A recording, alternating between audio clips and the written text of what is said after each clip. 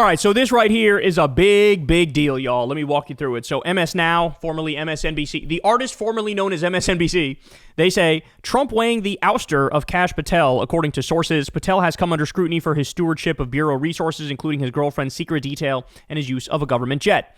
President Donald Trump is considering removing Kash Patel as FBI director in the coming months, as he and his top aides have grown increasingly frustrated by the unflattering headlines Patel has recently generated, according to 3 people with knowledge of the situation who requested anonymity in order to speak freely.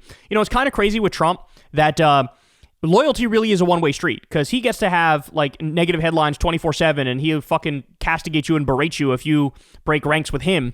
But you get some bad headlines and, you know, you're supposed to be, you know, one of his people. Oh, he'll fucking feed you to the wolves like that.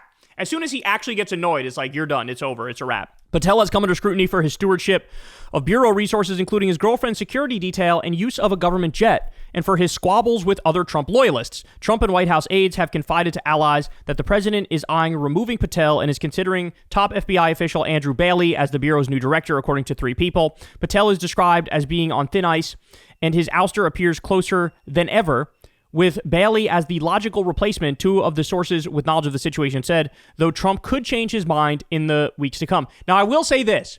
The fact that the media is already reporting that, oh, Trump wants to oust Patel, that is one of the few things that could actually save him. Because we all know Trump, he's a total fucking contrarian with the media. Like, Trump will go out there and say, like, we're going to take the oil from Venezuela, we're going to overthrow Venezuela. And then when the media reports, like, breaking, Trump says he's going to topple Maduro in Venezuela, he goes, that's fake news and we don't agree with that. That's not right. And so he's got this contrarian thing in him where he can't help himself, where he's always like, the media's wrong. And so that alone might save Patel here. But I even just watched a News Nation report right before I came on air, and they said a very similar thing. They said that, or actually, no, it was MS Now also. Ken Delanian was saying that while they're saying, no, we're not considering this is fake news. In fact, there was a long Carolyn Levitt tweet to that effect.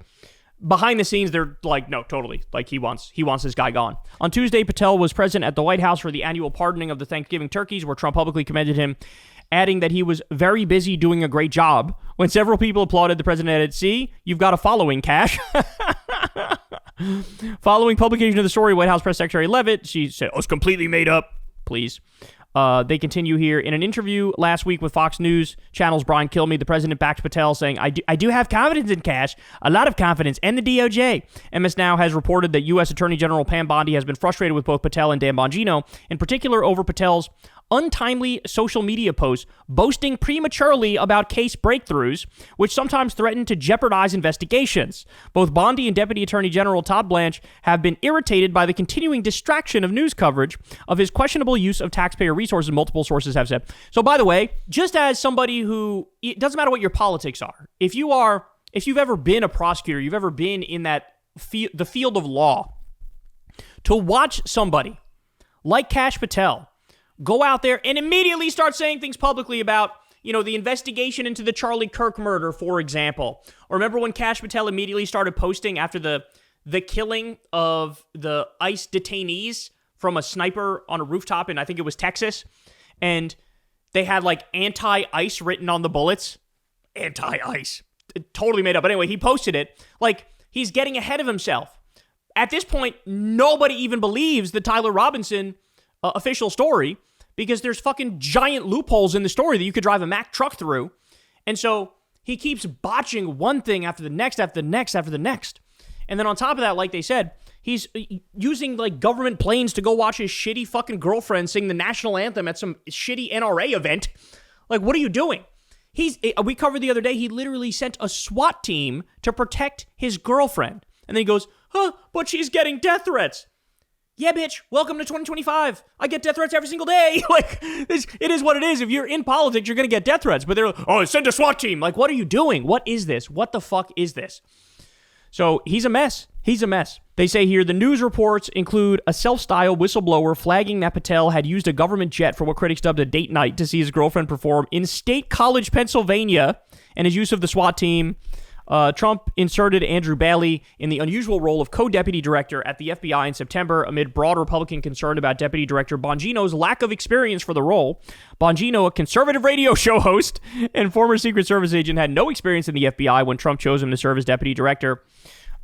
Under federal law, Trump can install Bailey as acting director of the FBI without Senate confirmation, but only after Bailey has served in his current leadership position for at least 90 days. By the way, there's also reporting, I should point this out, there's also reporting that Kash Patel and Dan Bongino were basically like threatening Thomas Massie to fall in line on the Epstein stuff. That this is what Trump is directing his FBI to do.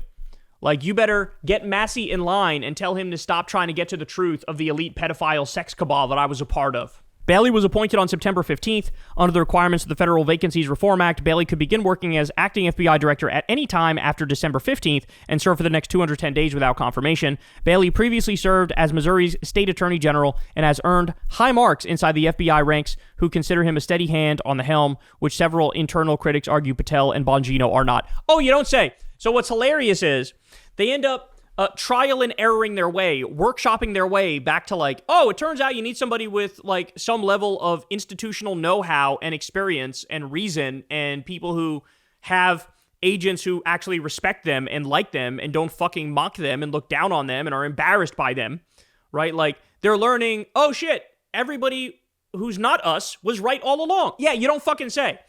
Conservative podcaster and Kash Patel, the psychopath who was selling fucking pills that reverse the vaccine before he became FBI director, writing a children's book about how Trump should be a king and Hillary's like a wicked witch or some shit.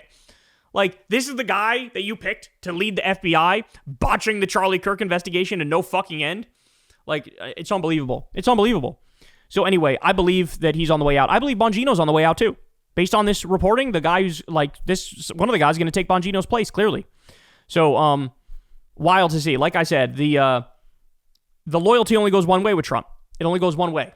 But to be fair, this guy's fucking obnoxious to everybody. I'll see you in Valhalla, brother. What the fuck was that? What was that? What was that? That's like some white nationalist fucking Norse pagan shit. Like, you're Hindu and Charlie Kirk was Christian. What the fuck? I'll see you in Valhalla, brother. Enough with this Mickey Mouse shit. Remember when he came, he was like, we're going to get to the bottom of this Charlie Kirk thing. Enough of this Mickey Mouse bullshit. Who, like, what do you think you are? A fucking character in a movie? Like, what is this? Anyway, falling apart. Homie is falling apart, and you love to see it. And I would love for him to be bounced in the most embarrassing way possible. All right, guys. That's the show, y'all. I love y'all very much. You guys know the drill. Everybody, please click like, click subscribe, click that bell icon so you get a notification every single time a video drops. You could also support Crystal Kyle and Friends. Go sub to the Corns World YouTube channel. And that's all I got for you guys, man. Happy Thanksgiving Eve. And I'll see you back here tomorrow on Thanksgiving with your turkey and your stuffing and your mac and cheese and all that goated stuff. Peace. Hey, y'all, do me a favor and like and subscribe. It helps out big time in the algorithm. Click the bell as well for notifications when videos drop. And watch that video on screen right now. You know you want to.